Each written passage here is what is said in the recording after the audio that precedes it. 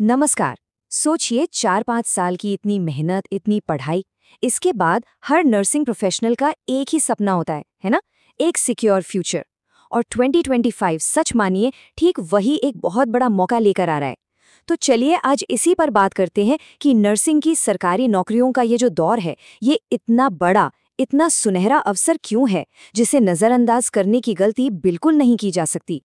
बस एक पल के लिए सोचकर देखिए कि उस मेहनत का फल कैसा दिखता है।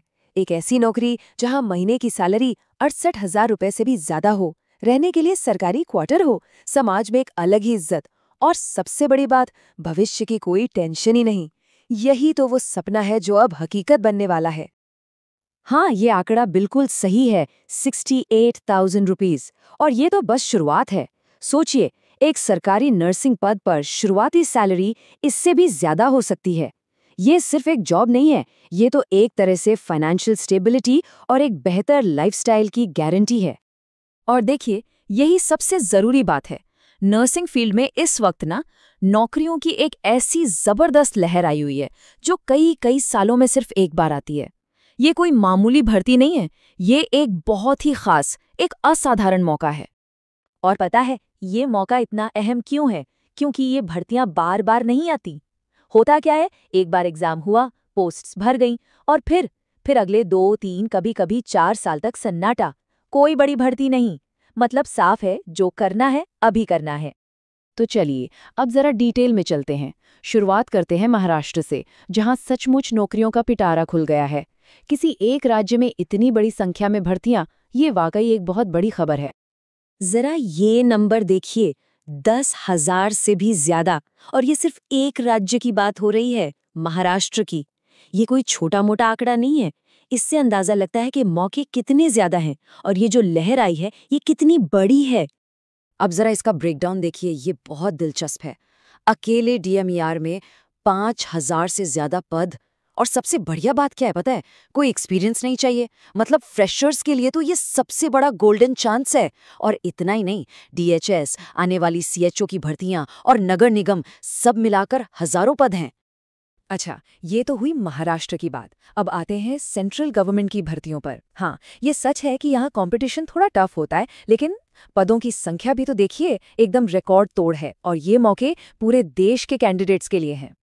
23,405 से भी ज्यादा पूरे भारत में। ये नंबर है सेंट्रल गवर्नमेंट के अलग अलग विभागों और इंस्टीट्यूट्स में नर्सिंग ऑफिसर्स की पोस्ट का। सच में ये अब तक की सबसे बड़ी भर्तियों में से एक होने वाली है। एक नजर इस लिस्ट पर डालिए। अकेले उड़ीसा में 14,000 पद।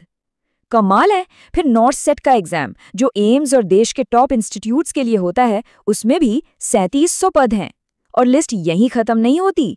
ईएसआईसी, जिपमेर, एचएसएससी और तो और आईएसआरओ जैसे बड़े नामों में भी सैकड़ों मौके हैं।